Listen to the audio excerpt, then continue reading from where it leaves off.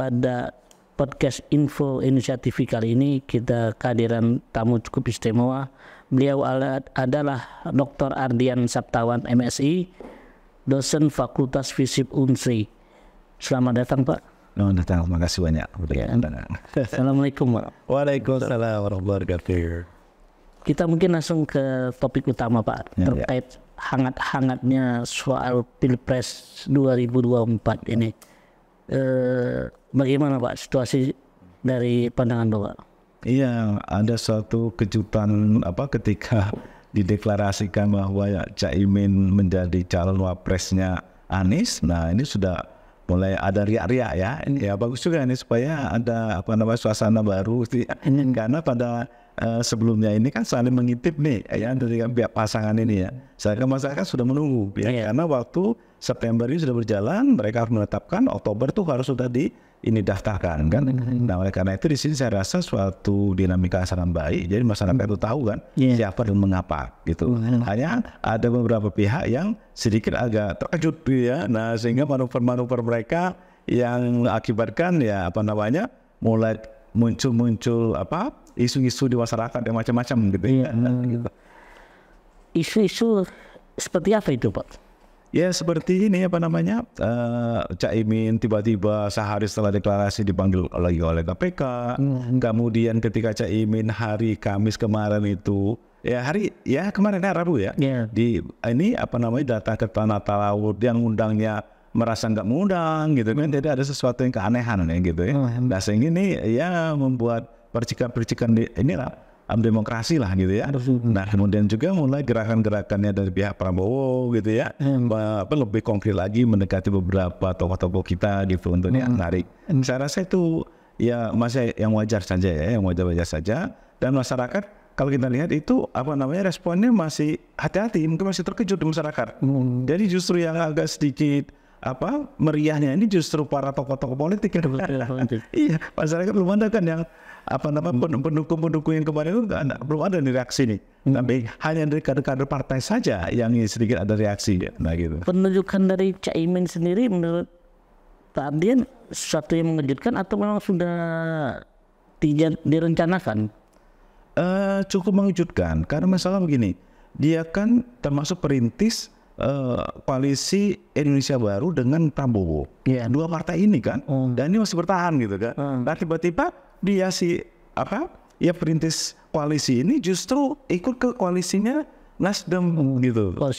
Kejutannya di situ. Dan disangkakan. Nah, cuman kalau kita lihat dari sejarah kedekatan mereka, sebenarnya hal itu hal yang biasa saja ya di luar itu, karena mereka sudah lama berteman ya. Dan kemudian juga dengan melihat analisis terakhir, karena mereka punya tim-tim kampanye tuh, bukan hanya mereka dia saja. Nah, analisis terakhirnya itu memang adalah fakta bahwa NU itu menentukan pada periode pemilihan presiden pada waktu Jokowi yang pertama dan kedua sejak 2019 itu. Jadi oleh karena itu mereka berusaha untuk merebut suara itu. Karena pada hakikatnya kalau kita lihat dari status daripada wakil presiden, itu wakil presiden itu kan tidak terlalu banyak di dalam dia berkiprah ya dalam keputusan. Tapi dia bisa mengambil situasi atau posisi yaitu untuk mendapat suara lebih banyak. Nah karena Anies itu contohnya dia bukannya anggota partai politik, tentunya basis massa dia di bawah itu tidak terlalu kuat. Dia hanya mengandalkan partai pengusungnya. Nah oleh karena itu dia mengutamakan adalah gimana wakilnya itu adalah orang yang mempunyai basis massa yang besar untuk menutupi kelemahan Anies yang tidak berpartai itu gitu. Terkait masuknya PKB, artinya memposisikan koalisi perubahan ini menegaskan dengan identitas dia. Nah, kekuatan identitas di koalisi Indonesia Perubahan ini sekuat apa Pak? Kalau kita lihat dari sudut para pengikutnya. Jadi Ganjar dengan Prabowo itu mirip-mirip tuh pengikutnya itu orang yang didominasi oleh nasionalis, gitu ya.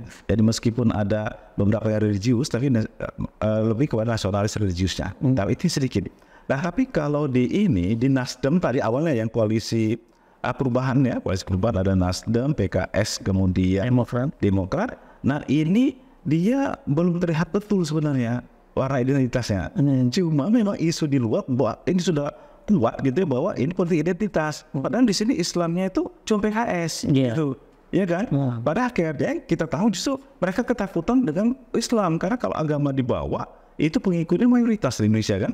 Nah sedangkan yang dua tadi yang si Ganjar dengan Pak Prabowo itu kan identitas kuatnya kan nasionalis. Nah kalau seandainya kuatnya di sini ada ciri khas yang berbeda, misalnya religius tadi, ada kemungkinan yang mempunyai ciri tadi separuh nasionalis, separuh religius itu perginya ke religius, gitu karena ada pilihan yang lain. Karena ini ada dua partai Islam besar yang menyatu.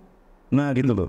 Nah ini yang menjadi tantangan yang besar. Karena apa? Karena dia sedikit dominan, ya mayoritas lah bisa begitu. Bahwa karakter pemilihnya itu agak berbeda dengan yang dua ini.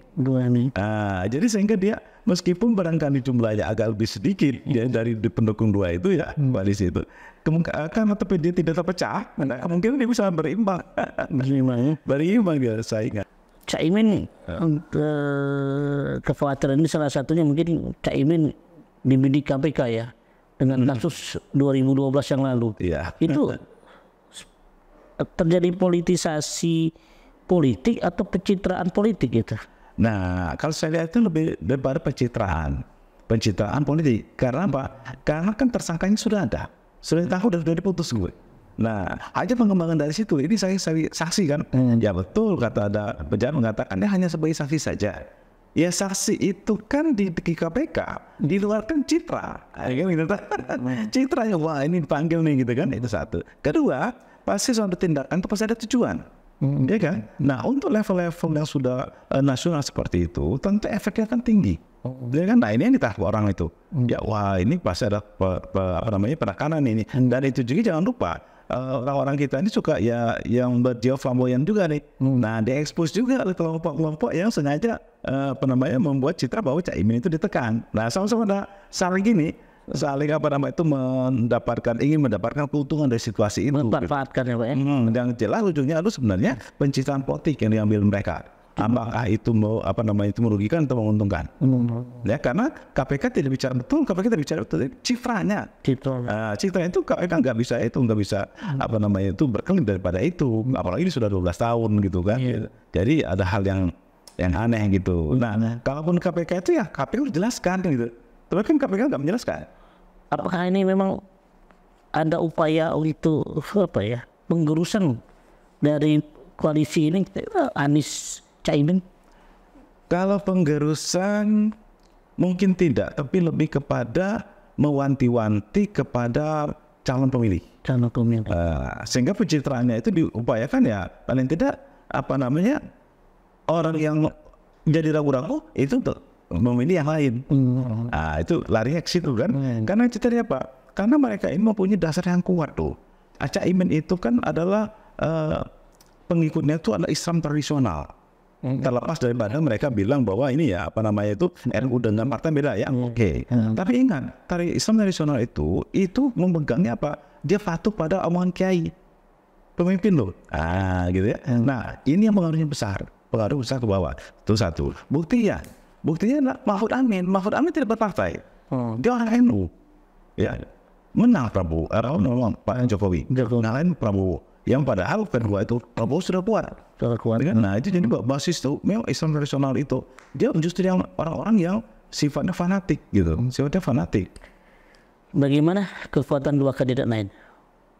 Ganjar Pranowo dan Prabowo Subianto.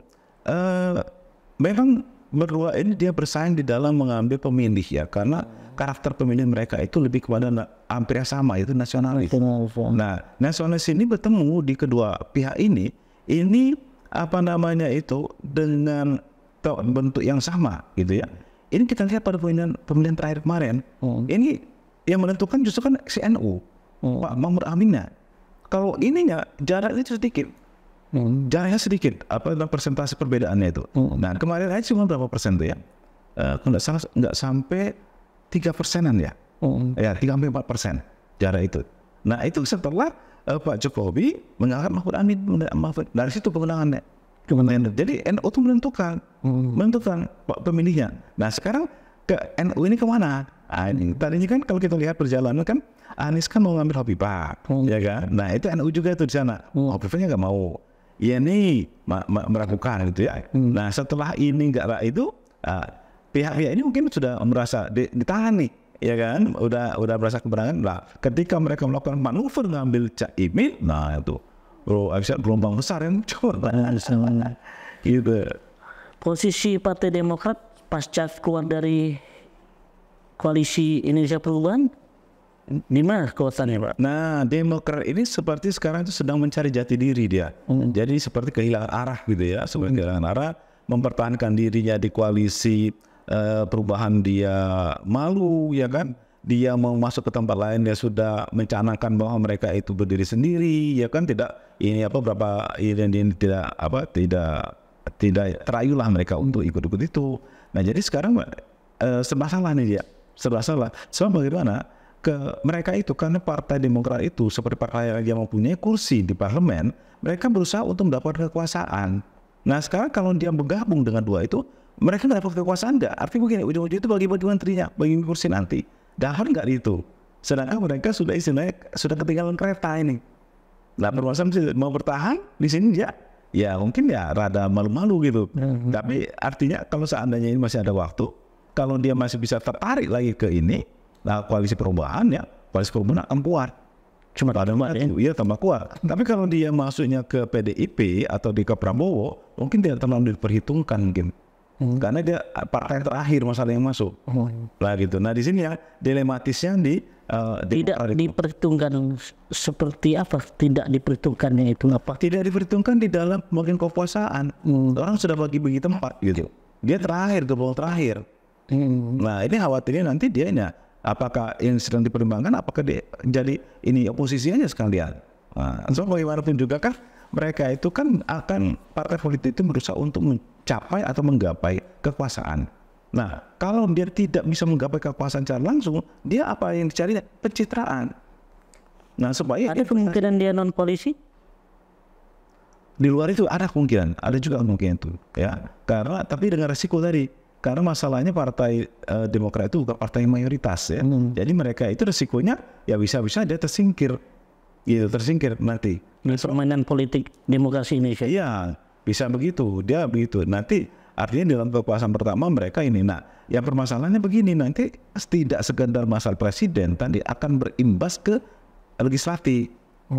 Legislatif karena masyarakat kita itu kan masyarakatnya yang ya bisa dikatakan melankolis dan orangnya ini loyal. Kalau dia pilih si A, jadi partainya. Nah, gitu orang kita itu seperti itu.